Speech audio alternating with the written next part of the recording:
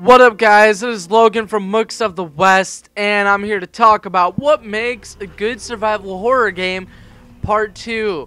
Right now, I'm playing this awesome game called No More Room in Hell. It's free. It's kind of like Killing Floor, Left 4 Dead, sort of type game.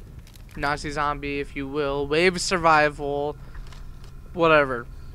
It's a fun game. It's really enjoyable. It has some bugs that need to be worked out and all that, but as any game, it's pretty fun. It's a fun game. It's definitely worth a free download, of course, so go ahead, check it out. So I thought it would be appropriate, as I don't think in my last What Makes a Good Survival Horror Game, I don't think I was actually playing a survival horror game. I might have been playing a Call of Duty game or Grand Theft Auto game or Battlefield. I'm not sure. Whatever the case may be, I decided to play a zombie survival type of game and beat the shit out of this zombie with a sledgehammer, basically.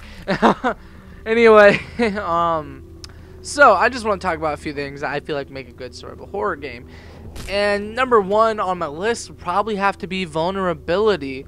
And when I mean vulnerability, I mean in the sense of you either have low ammo, low health, or you're fighting stronger enemies, which could, of course, give you the sense of low health or low ammo, due to the fact that if an enemy's stronger, it's going to take more ammo, and their health is probably a little bit more superior than yours, or they're strong enough to hit you to make your health obsolete, basically. And I don't mean like you don't get enough ammo, because say the first time you play a game, this is what I did when I first played Resident Evil 4. I just blasted enemies away, not caring what I shoot. I just shot them, didn't know that if you shot them in the knee, it slowed them down, and go ahead and kick them. I just used bullets to kill all my enemies. And now when I play Resident Evil 4, because I played it so much and I'm so good at it now, I shoot them in the knee. Maybe I'll go and kick them after that if they're stunned, and I'll knife them if they're stunned. And if they're on the ground, I knife. I never waste a bullet unless there's a huge amount of enemies. And I really try my best to shoot the front one, then kick the rest of them, which is cool. So yeah, like a game by low ammo, first time you play, you don't know the weak spots of the enemies because you haven't played it enough. And at the beginning of the game, you're running really low on ammo, or maybe the enemies actually do take a while to kill, no matter in what order or what way you shoot them. Maybe that it still takes a lot of ammo to go ahead and take care of that problem. So I mean, that's just my that's how I feel about the whole ammo aspect and how strong the enemies are and whatnot, and your health and all that shit. And then another thing, I feel like you would be vulnerable in the sense of not being able to fight, meaning say in an instance, in a moment, you lose your gun. So for example, say Outlast, the whistleblower or whatever, you don't fight the enemies, you only run. Or in the beginning of, God, I want to say I forgot the name, The Evil Within, there we go. For example, in Evil Within, in that one mission when you're being chased by the guy with the chainsaw, that's kind of scary because you can't fight him. If you do, you're dead. You're gone. You're dead. You're gone. And you got to redo that whole mission again. Or, not the whole mission, but that whole little checkpoint. And in The Last of Us, you don't want to fight every enemy. You feel like you can't fight every enemy. Especially when you see a clicker. Say you see two clickers, you can't fucking fight them. You just can't. You can't do it. It's not possible. And if you do, you're making a big mistake. Or you're being forced to fight when you know that you can't handle it. Okay, you're forced to fight something stronger. So say in The Last of Us, you had low ammo, but then there was a clicker running straight at you, and you had no choice but to fight that clicker. Okay, that's what I mean by being forced to fight something stronger. Or in Resident Evil 4, when you go through the chainsaw guys, or like the first chainsaw the first chainsaw ganado that you encounter in Resident Evil 4 when you enter the village, all you have is a pistol, and if you don't know where the shotgun is the first playthrough, well shit. Even till this day, I fear the chainsaw ganados in Resident Evil 4, even though I play the game so much, and I swear up and down I know exactly what to do, how to get through the game, like a breeze. That's how good I feel I am at the game. That's how good I do at the game, and I still fear the chainsaw ganados. I shit my pants every time. Okay, so that's still scary to me. And of course, when you fight the chief of the village in Resident Evil 4, I know how to beat him, but I panic every time before I play him, and I try to get a rocket launcher at least, you know what I mean? So, you know, that part when he splits in half, you don't waste any more ammo, just straight up, boom, rocket launcher, ended. That's how badly that fight just really makes me nervous. And also having a consequence after you die.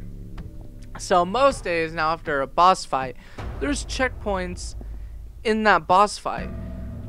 But in Resident Evil 4, for example, if you die in a boss fight, you gotta do the whole beginning of the boss fight. So if you die over and over again, you fear death because there's gonna be some kind of consequence. You're gonna have to do a really annoying part before the next, or you know, before you get to the part where you were. You die a lot, it's just really annoying, it's repetitive, and you're afraid to die because you don't want to have to go back and do it all again. So that to me can also make a game kind of scary. Not to mention a game that's not too predictable. So for example, in Resident Evil 4 or the Condemned 2 Bloodshot, let's go with Resident Evil 4 first. You're walking through the village, you think you're going through Ganado after Ganado, all of a sudden chainsaw guy, boom. Instant, you didn't know it was coming. You know, you get to the village and you thought it was, you were hoping it was just gonna be Ganados. After that part, you go through some stuff, you think it's gonna be Ganados. Right before you get to the farmhouse, they drop a giant fucking boulder rock thing and you're trying to escape it. That's unpredictable. I had no idea that was coming. It scared the shit out of me. And as soon as that happened early off in the game, I was like, oh god, what else is gonna happen? Because there were some points in the game where you were just fighting nothing but Ganados. There would be one or two Ganados, and all of a sudden you'd be ambushed by a Ganado, and you had no idea what to expect. Or the regenerators in Resident Evil 4, when you're in that lab and you shoot the things and they regenerate. Oh my god, I didn't expect that at all. So a game that surprises you like that can also make a game scary. And then of course, if you see really gruesome things, that is scary too. Oh yeah, when I say not too predictable, I also mean jump scares. Jump scares are scary and they're not always predictable. You expect them, but you don't know when they're gonna come, which makes it not so predictable. And gruesome things. In the beginning of The Evil Within, there was so much blood and that was scary. But eventually, the blood part became kind of numb and all that shit.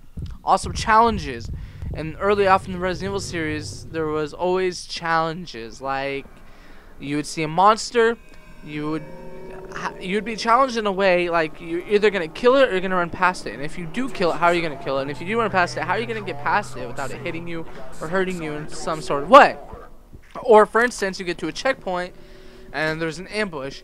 Now before you get to the checkpoint, there's that ambush, right? And you gotta get through the ambush before you get to the checkpoint. You're either gonna die and have to redo that whole section again, or you're gonna, I don't know, you just you have a challenge before you get to the checkpoint. If you don't complete that challenge, you don't get to the checkpoint, you have to redo the section, which is bad. Or for instance, there's a puzzle or you run out of ammo and you have to figure out a way to defeat an enemy, or the enemy is way stronger than you, and there's a challenge. To me, that's what makes a good survival horror game. And of course, the environment, whether it's dark or light, could also play into what makes a good survival horror game, in my honest opinion. Anyway, that is my opinion of what makes a good survival horror game. Thank you for watching my channel. Please rate, comment, and subscribe, and have a good one. Peace out, guys. I'm signing off.